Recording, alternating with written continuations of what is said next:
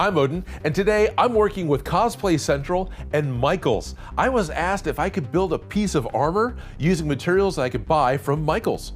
Yeah, I buy stuff from Michaels all the time. I'm gonna make the Black Knight's helmet from one of my favorite movies, Monty Python and the Holy Grail. So I made my first prototype helmet, and it kind of worked, but it's a little big. So all I gotta do is take my prototype pattern back apart again, and I'm gonna cut about 1 inch off of the sides, so it's gonna make a smaller circle. I take the poster board prototype back apart and cut off as much as I thought I should from both sides. I also made a simple compass to get a new circle for the top of the head. So when I said it was too big, that's all I took off. That's not a whole lot, but it makes a big difference. Tape the new pattern together and check the fit. The top of the helmet looks flat, but it really isn't. So I draw a new bigger circle and cut a line from the edge to the center. Overlap the cut edges and you can make the slightly dome shape that actually is the top of the helmet. I also need to add the grill that's on the face. So I draw out 9 holes that are oriented with the cutout on the center of the face, and carefully cut out all of the holes. I only need to cut out these 9 on the one side because the pattern is supposed to be symmetrical. So when I trace it onto the foam, I can just turn this pattern over and I can draw them again on the other side. With all my pattern pieces ready, I trace everything onto some EVA foam. To make the helmet, I'm using the Art Minds 4mm EVA foam, and I'll use some 2mm foam for the trim. I'm using pencil instead of ink because pencil is easy to see on the white foam and it won't bleed through the paint like most permanent ink does. I use a sharp razor knife and a straight edge to make all of my cuts. The most important thing here is that you use a sharp knife. EVA foam is very easy to cut, but if your blade is dull, on the bottom edge, the foam is going to curl and tear instead of just cut. Cutting out the breathing holes was a little tedious. I started in each corner and made my cuts to the middle. So I made 8 little cuts for each of the holes. I find that easier to control because I avoid overcutting into the parts of the foam that I want to keep intact. The holes were made to follow that center split because when you glue it shut, the holes become straight with each other. So because I got the face piece cut out and the back of the head cut out on the curl that the foam came with, I've got a nice round to start with. I'm not fighting it. So it's important, for this project, to make sure you've got the curve going in the direction you want it to go so you're not fighting it. Now let's see if I can't glue some of this together. On the back of the headpiece, I mark 1/2 inch in from the sides. This is where I want the faceplate to glue up to. It's my guideline for gluing and it'll help keep the shape of the helmet even. To glue the helmet together, I'm using a fast set super glue. Just apply a little to one edge, and then pressing the 2 pieces of foam together until it sets. This glue only needs about 5 seconds to set, and then I can move on and start on the next part of the seam. My pattern has 2 circles for the top of the head. This one goes inside to hold the helmet round. I glue it in with short sections of glue because I'm figuring out how much glue I can work with before it sets up. I glue the front of the face closed. The Black Knight's helmet isn't a perfect cylinder. It has a nose bump, and this wedge cut makes that bump when it's glued together. I continue to glue the face to the helmet, working with short sections of glue that I can control. I had cut the faceplate the same size as the forehead plate, but they are stacked on top of each other, so this side of the face is a little short. But it's an easy fix. I just add a strip of 4mm EVA foam to complete the faceplate. For the dome piece on top of the head, I glue the wedge shut first, and then glue the dome onto the helmet. I keep the wedge seam towards the back because I'm going to cover it later. Now I unroll the 2mm foam to use for the detail plates. I cut out a second, thinner back of the head plate. Now I only need the ridge that goes along the top because it has a seam back here, but by gluing 2 layers of foam together, it helps make the helmet stronger and more rigid. I glue this plate on in larger sections, and I have the curl of the foam working in my favor again. I have a leftover chunk of 2mm foam from the back of the head. The roll is actually wider than the helmet is tall, so I'll cut this piece into 1-inch wide strips. Apply some super glue to half of one of the strips and use it to cover the front seam on the face. This strap is on the movie helmet as well. I cut the part up that I don't need and wrap the end of the strip inside the helmet. I glue the piece that is left over back inside the helmet because it reinforces the faceplate, kind of like I did in the back panel, and I'll add a couple more strips later. I cut a long 2-inch wide strip of 2mm foam and start wrapping it around the top of the helmet. I can see the overlap seam on the original helmet in the movie, so I made sure that mine falls in the right place. Then I start to curl the strip over the edge. I use the last two 1-inch strips for that X that is on top of the helmet. It's glued over the corner edge seam. So the only other dimensional detail that the helmet has are the rivets, and there's quite a few. There's rivets that go all the way up the side of the head, actually all the way up the side of the head, but then they also come across the brow and come around the top. There's rivets across the crosstop and the top. There's even rivets up the front plate here. Now to do rivets, there's a couple of different ways that you can do that. You can use just a hole punch and make rivets out of 2mm foam, which is great because that's me reusing materials I've already got. And I can super glue those on, and that would totally work. In fact, that really doesn't look all that bad. But I want a slightly larger rivet. You can buy googly eyes. The only problem with putting a few hundred googly eyes in a helmet is when you shake it, you can hear them all rattle. And that's not what we want. I don't want, I don't want that. So what I'm going to use, these little pearls, they're bling stickers, literally. These came from the scrapbooking aisle. These were with all the other little bright gemstone accents, but these had to be the pearl accents. And because they're little half-dome hemispheres, they're going to be just fine for doing rivets on the foam. These bling stickers are strips, so you can make straight lines of pearls. So I cut the adhesive strip in between each pearl and then stick them right to the foam. Now I'm being careful not to touch the sticky part of the sticker.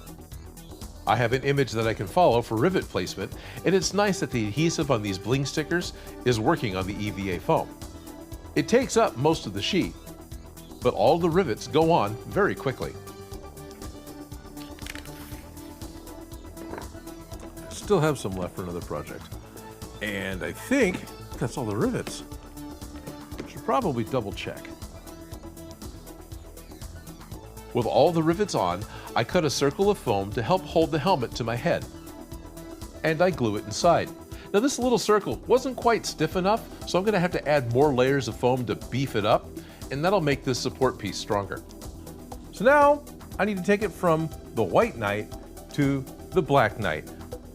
All I got to do is, well, paint it black. I'm just going to do a full base coat of Plaid FX black and then dry brush silver on top of it. This is actually going to be a very easy paint job. What does take time is brushing on the paint.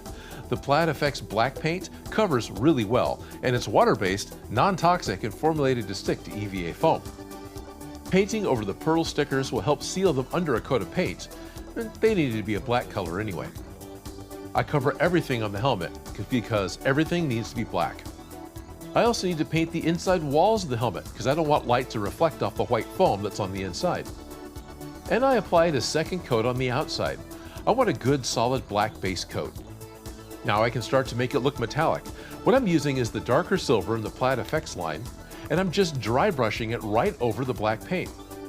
It's more of a sloppy dry brush because I just need a good metallic texture on the smooth walls. There isn't much raised detail to catch the dry brushing. And I work on the entire helmet, getting a fairly consistent coat of silver paint texture over the full armor. Next step is to add a black wash to darken the colors and create deeper shadows. Watered down black paint is liberally applied to the corners and to the seams, and then wiped down, dragging the streaks away from the dark areas to help them blend in with the lighter silver. I apply multiple coats in some places just to make it look good and dimensional and dirty. And a blow dryer can help speed up the dry times. In some places the black is too complete, so I apply a little more of the dark silver over it again to break it up. Last little bit of dry brushing I want to do, and I want to do this real little because I don't want to make it too bright. I mean, he's already the Black Knight, right? I'm going to take the brighter color of silver that I've got, and I'm going to do a really light dry brushing, kind of on some of the rivets, on some of the edges. I want to make some of the details pop a little bit more, although this is really good. I just want to take it a little further. I try to add this lighter color only where the light would reflect, so it's just off of the top corners of different plates and some of the high spots. I feel like I'm just painting light glints into my metallic paint scheme. I still feel like the helmet is too clean. I stipple paint some more black, just in spots, to make the color a little more interesting. So that's about all I really wanted to do to the helmet. I think I've got it taken care of to the level that I really want.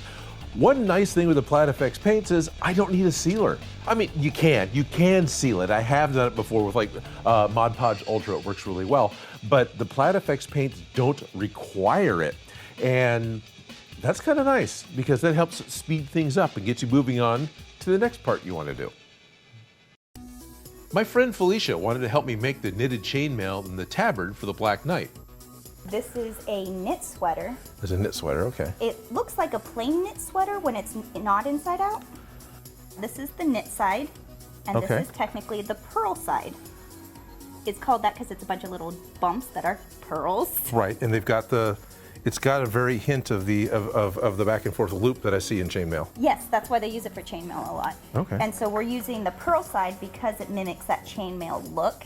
Right. And then also in the movie, they're all just wearing spray painted sweaters. She marked 5.5 inches down from the neckline and added pins. The measurement came from the shoulder seams so we could get the biggest chainmail coif we could cut out. First, the arms were cut off the sweater. Now note that we left the seams attached to the sleeves at the shoulder. And then the coif was cut out right below the pin line. Now this exposes all the knitting of the sweater, and it's going to need some stitching to prevent it from unraveling. So Felicia used a 3-point zigzag, set at its maximum size, and ran a stitch all around the cut edge of the coif. Then, because she hates an unfinished edge, the edge was turned over and hemmed. And that was it for the part that goes around my neck. Now you may be asking, but the sweater is blue, and isn't it a Black Knight? What we used was a textile spray paint to paint the sleeves of the coif black. It's Tulip brand fabric spray paint. And after the sleeves dried for a couple of days, we dry brushed silver paint right over the pearl bumps of the sweater. I tried not to go too heavy on the dry brushing. He is the Black Knight, but it is supposed to be metallic. And the coif is also dry brushed silver. With the sleeves fully painted, Felicia quickly did a hand stitch to attach the chainmail sleeves to a thin black t-shirt. She did a back and forth locking stitch. There's less of a chance for the sleeves to come unraveled. Last piece we needed was the tabard. That's the long cloth that the knights wore over their armor. We had a large piece of black duvetine, which is a lightweight cotton black cloth, and it's also called commando cloth. A wide strip just longer than my shoulder width is cut, and a neck hole is cut into the top. Now this hole is covered by the coif, so perfection is not needed. The two long edges of the tabard are hemmed first, then along the short ends, and around the neck. Now I just need the red crest on his chest. So I use the vinyl cutting machine to make myself a stencil for the boar head. There's only one piece in the whole design that is a true island, so it doesn't fit with a stencil, and that's the nostril. So here's the piece for the snout, and then... Wow, so much depth details. And then that's the nostril, so I'd have to, my thought was, if I use a little bit of spray fixative on the back of this, could stick it to the fabric, including the nostril, and then do a couple rounds of stenciling on it.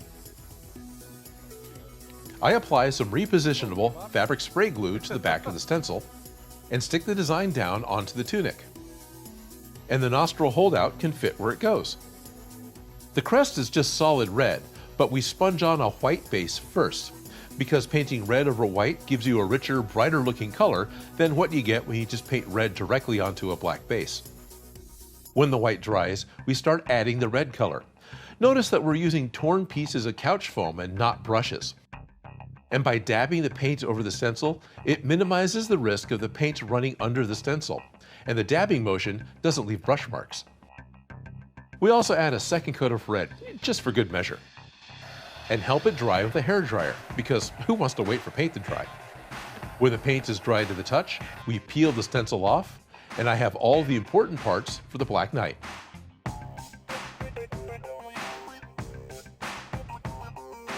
All the materials that I used to make this project were purchased from my local Michael's craft store. None shall pass. None shall... Okay, no, this isn't true. No, I think this totally passes. I am super happy with having a Black Knight costume that came together in just a couple of days. And something that I hadn't done before was actually building a full prop only using CA glue or super glue. Usually I'm using different adhesives, and super glue is something I just use for quick repairs or attaching a small extra piece. But to do the full build, only using super glue that sets up in like 5-6 seconds, this went together really easy and it feels really good. I'm very happy with how this ended up. And there's a huge benefit and a huge bonus that everything I needed to make this helmet came from one location. That is super convenient. So I want to say thank you to Cosplay Central and to Michaels for sponsoring this build and inspiring me to make the Black Knight's costume from Monty Python and the Holy Grail. And you know, there's going to be lots of different ways that you could make a piece of medieval armor. But this is how Odin makes.